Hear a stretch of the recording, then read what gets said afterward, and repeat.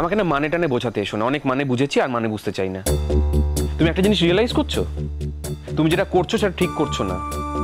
মানে এতগুলো লোক কিন্তু চিন্তা করছে অহেতুক, জাস্ট একটা ফোন করলেই মিটে যেত সেটা না। তোমাদের বিয়ের তো খুব বেশি দিন বাকি নেই, বিয়ের পর ও মাধবপুরে থাকবে, আমরা কিছু বলতে যাবো না, কিন্তু যতদিন না বিয়ে হচ্ছে ও তো বলে গেছে যে রাত্রে বাড়ি ফিরবে, আর ফেরেনি বলে আমাদের টেনশন হচ্ছে, সেটাই স্বাভাবিক।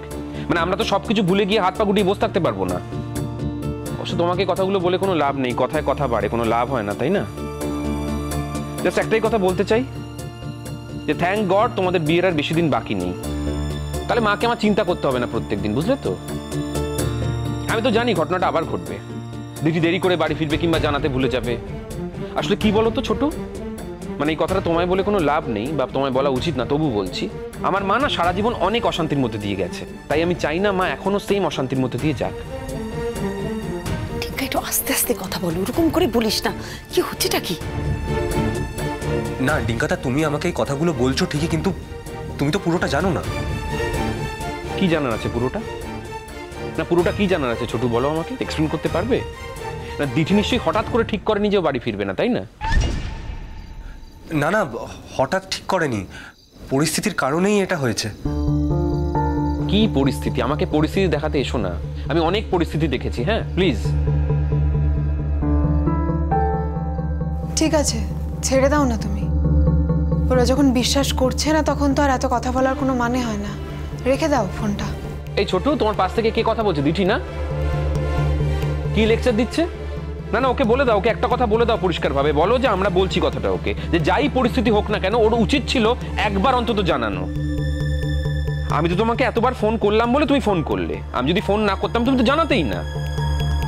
আর দিঠিরও সেই ভদ্রতা নেই যে ফোন করে জানিয়ে দেবে যে ও ফিরতে রাত হবে। ডিঙ্কা ডিঙ্কা, ঠান্ডা ঠান্ডা হও, শান্ত হও প্লিজ। ওকে বলো না কিছু, ওকে বলে কি লাভ? সরি ডিঙ্কাদা, হয়তো আমাদেরই ভুল। ঠিক আছে, রাখছি ফোনটা। হ্যাঁ রাখো। শোনো শোনো, রাখার আগে একটা কথা শুনে রাখো, যদি এখন জানিয়ে দিতে পারো যে কালকে দিঠি ফিরবে কি ফিরবে না, তাহলে আমাদের একটু সুবিধা হয়, মায়ের টেনশনটা কম হয় আর কি। ও ও কালকে ফিরবে, টেনশন করো না, রাখছি। রাখো। কতটা ইরেসপন্সিবল হতে পারে একটা মেয়ে। যাকে বাবা, দিঠির খবরটা পাওয়া গেছে, এটাই যথেষ্ট। তাতে কি মা, খবরটা পাওয়া গেছে তাতে কি? এই যে এতক্ষণ যে খবর পাওয়া যায়নি, তোমরা যে টেনশন করলে তার দামটা কে দেবে? রোহিত আঙ্কেলকে বারবার করে ডাক্তার বলেছেন যে উনি যেন টেনশন না করেন, উনি তো টেনশন করলেন দিঠির জন্য। একটা বয়সের পর না একটা মানুষকে রেসপন্সিবল হতে হয়, তাকে বুঝতে হয় যে সে ছাড়াও কিছু মানুষ আছে যাদের কথা চিন্তা করা উচিত। আমি জানি না দিঠি কবে সেটা বুঝবে।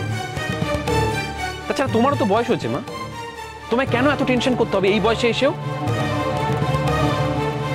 ডিঙ্কা ডিঙ্কা, রাগ করো না প্লিজ, টেনশন করো না। জেনে গেলাম তো, আমি কালকে ওদের সাথে কথা বলবো। আমি দিঠিকে বোঝাবো যে দেখো দিঠি, এই ফোনটাই যদি 2 ঘন্টা আগে করতে তাহলে আমরা কেউ এত চিন্তা করতাম না। ধরো বিয়ের পর তুমি আমাদের বাড়িতে এসে রাতে থেকে গেলে আর শ্বশুর বাড়িতে কিছু জানালে না, তারা তো একই রকম ভাবে টেনশন করবে, চিন্তা করবে, তাই না? আমি ওদেরকে বুঝিয়ে বলবো, তুমি প্লিজ রাগ করো না, তোমার বড্ড মাথা গরম।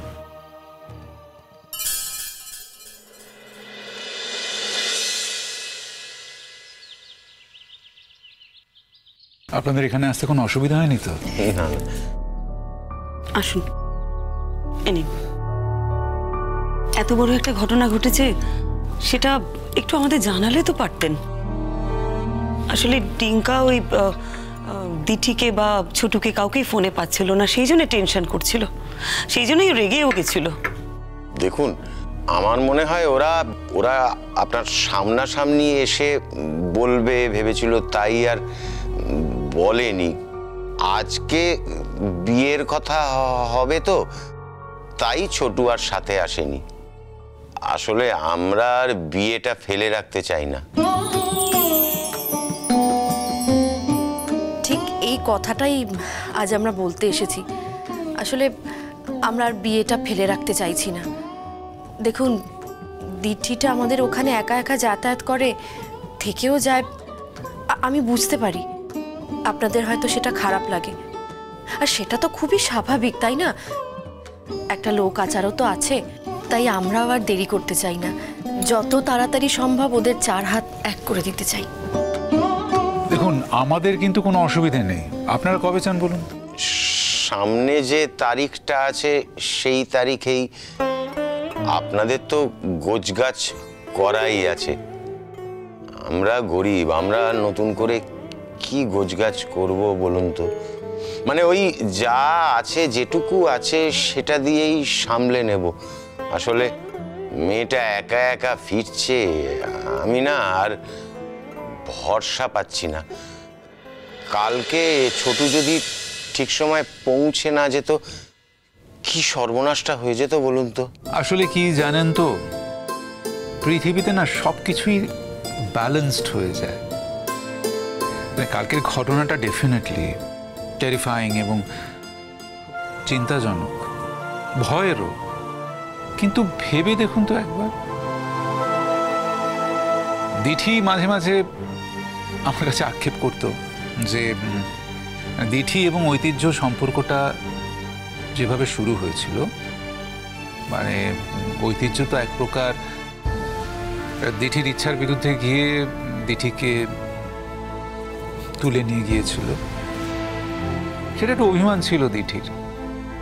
কিন্তু কালকে দেখুন, ঐতিহ্য ঠিক সময় দেবদূতের মতো পৌঁছে গিয়ে ওই কিডন্যাপারদের হাত থেকে বা ওই ডাকাতদের হাত থেকে দিঠিকে কিন্তু রক্ষা করল। সব কিছু ব্যালেন্সড হয়ে গেল, ইভেন্ট আউট হয়ে গেল, তাই না? দিঠিমা, ঐতিহ্য ছেলেটা খুব ভালো, ওর উপর আর এই বিষয়ে কোনো অভিমান রেখো না, এটাই আমার রিকোয়েস্ট।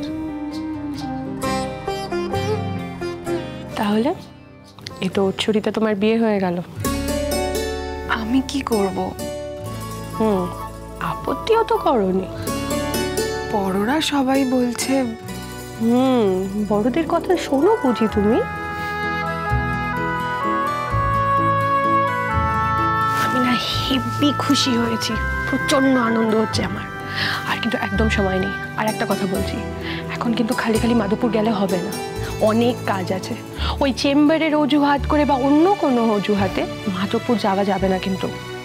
বেশ, তাহলে সেই কথাই রইল, আমাদের কিন্তু কোনো রকম কোনো অসুবিধা নেই। শুনছিলাম দিঠির দাদু অসুস্থ। হ্যাঁ, অসুস্থ ছিলেন, কিন্তু এখন উনি অনেক ভালো আছেন। ও, আপনাদের বোধহয় কোথাও বেরোনোর আছে না? হ্যাঁ, ওটা আমরা ক্যান্সেল করে দিয়েছি। দেখুন, এখন তো বেড়াতে যাওয়াটা আমাদের আসল কাজ নয়, ওটা ইম্পর্টেন্টই নয়। এখন আমাদের যেটা আসল কাজ সেটা আমরা করি। আগে এই বিয়ের ব্যাপারটা সেরে ফেলি, কেমন? এক্স্যাক্টলি। মানে দেখুন, যাওয়াটা তো যে কোনো সময় আমরা যেতে পারি, তবে হ্যাঁ, মেয়েটাকে এত তাড়াতাড়ি ছেড়ে দিতে হবে তো, তাই মেয়ের মায়ের মনটা একটু খারাপ করবে। না না না, মোটেই আমার মন খারাপ নয়। এখন মন খারাপ করে কি হবে বলো রোহিত? যেদিন আমার দিঠি সত্যি শ্বশুর বাড়ি চলে যাবে, সেদিন তো আমার ঘরটা খালি হয়ে যাবে। সেদিন আমি মন খারাপ করব, না চাইলেও আমার মন খারাপ তো হবেই বলো। সে যাই হোক না কেন, বিয়ে যখন ঠিক হয়েই আছে, তাছাড়া এরকম সব দুর্যোগ যখন হচ্ছে, তখন আর বিয়েটা ফেলে রাখার কোনো মানে হয় না। আপনারা যেই দিন বলছেন সেই দিনই বিয়েটা হবে। আমাদের শুধু একটাই আক্ষেপ, এখন তো আমার একটাই মাত্র ছেলে, তার বিয়েটা ঠিক যেভাবে চেয়েছিলাম সেইভাবে দিয়ে উঠতে পারলাম না। আপনি তো আমাদের অবস্থাটা জানেনই। আচ্ছা, একটা কাজ করলে হয় না, আমরা একেবারেই একটাই অনুষ্ঠান করি না? দেখুন, আমাদেরও তো কিছু আত্মীয় স্বজন আছে, তারপর গ্রামের লোকজন রয়েছে, ওরা সবাই তো শহরে আসতে পারবে না। আর তাছাড়া বিয়ে হয়ে যখন দিঠি আমাদের বাড়িতে যাবে, তখন কিছু লোককে তো খাওয়াতে হবে।